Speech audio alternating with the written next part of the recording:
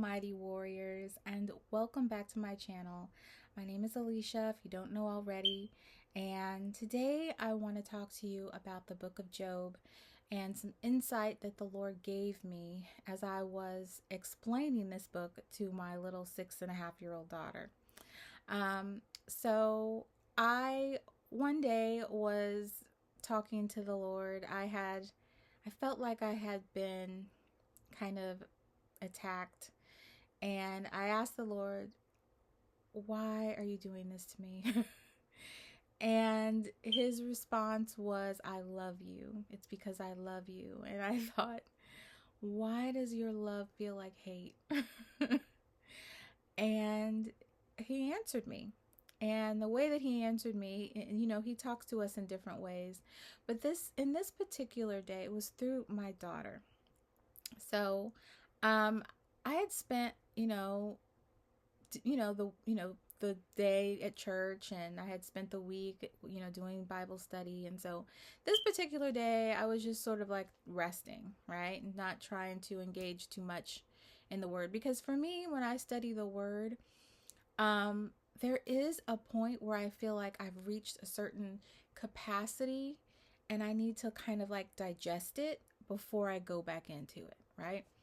And so my daughter, she was really like wanting to talk about this book because we had started reading it at some point and we hadn't finished. And she's like, I want to read Job. I want to read Job. And I was like, we're not going to read that today, but I can give you a synopsis and I can tell you what happened. And so she was like, okay. And so it was strange because sometimes she'll do that. She will really want to dive into the word. And it's oftentimes when I am trying to digest it.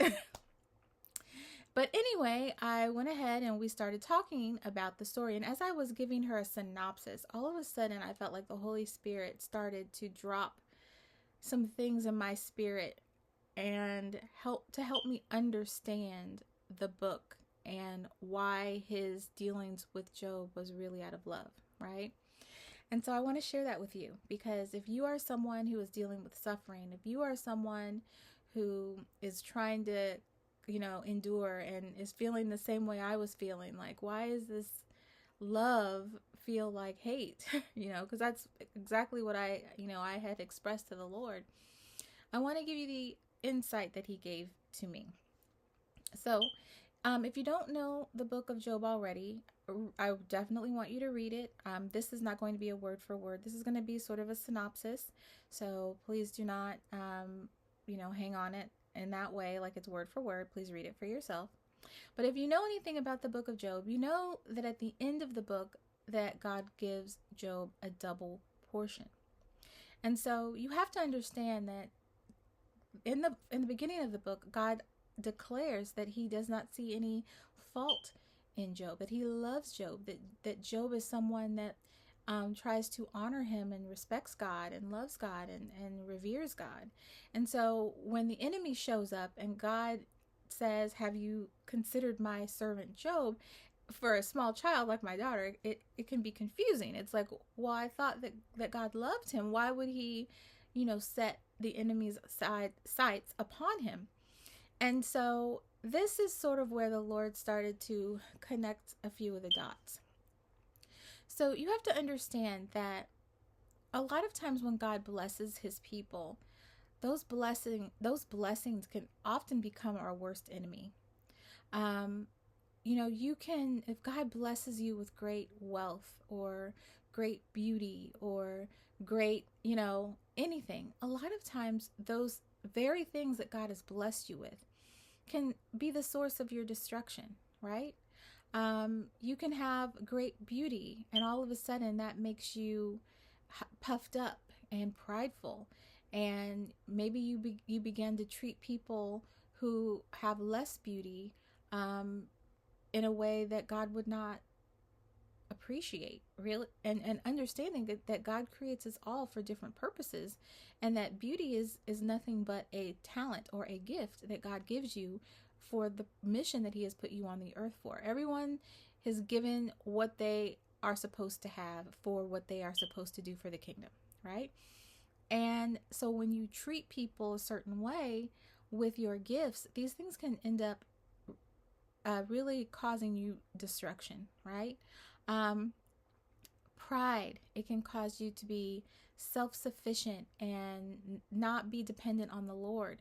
And so when God puts Job through all of these different trials and sufferings, right?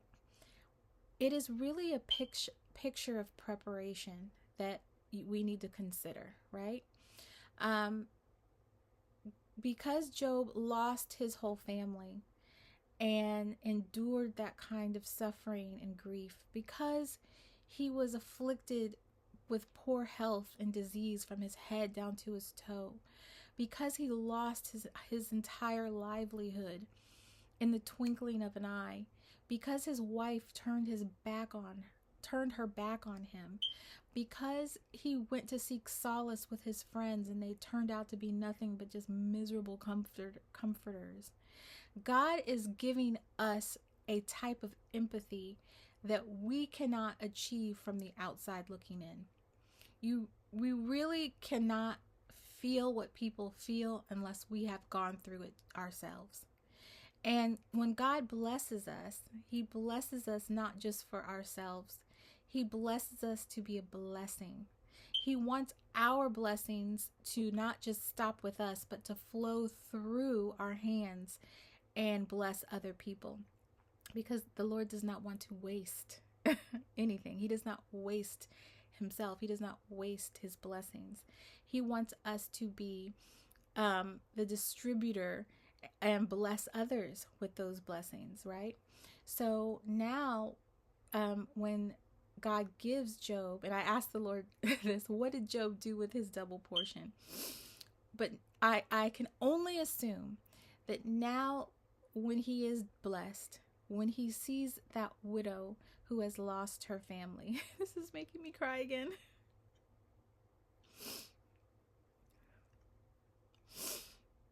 That he would know how that feels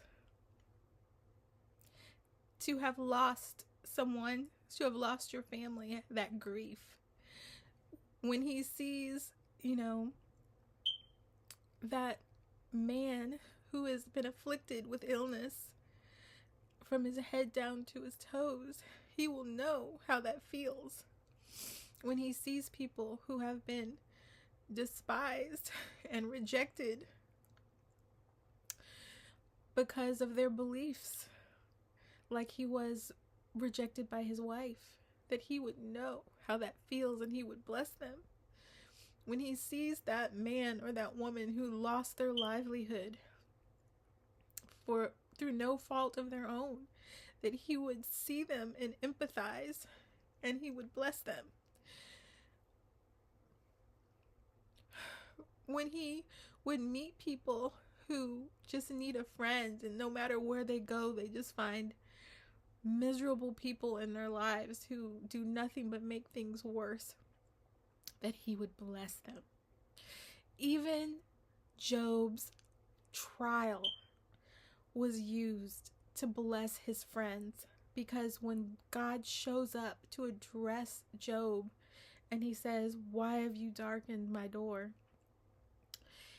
His friends are there and he says, "They have not thought rightly of me. Pray for them." Even that trial that he was going through, his friends got to see it and got to be blessed when God shows up and he speaks a word, right? Job's trial was out of love, so that the blessings that Job would receive would not stop with him, but would flow through him, so that he could bless other people. So it got me thinking, right? All of the things that I've been going through have really given me a lot more empathy and understanding for people who are in my situation, or who have been dealing with some of the things that I've been dealing with, and how it really is out of love, because I see them it's not just me looking and observing from outside the situation. Now it's me empathizing and truly feeling what they feel inside the situation. And so I hope that this message and this discussion of this particular book blesses you, because, you know, a lot of times people are wanting a blessing. God bless me, God bless me. But they really don't know what they're asking for, because to whom much is given, much is expected. God is going to account for what you did with those blessings. Your blessings are not just for you.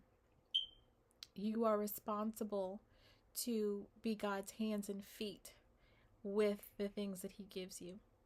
And so I hope that this blesses you today. I'm kind of like a mess over here. I don't have a tissue, but I kind of a mess over here, so I'm going to cut this short.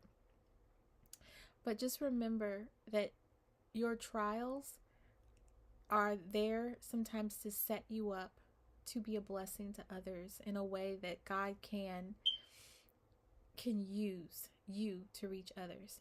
And He does really do it out of love. He really does. He doesn't want your blessing to become your destruction. So through preparing you for the blessing, He allows it to be a lesson on how to bless others who are going through the things that you just went through or are going through.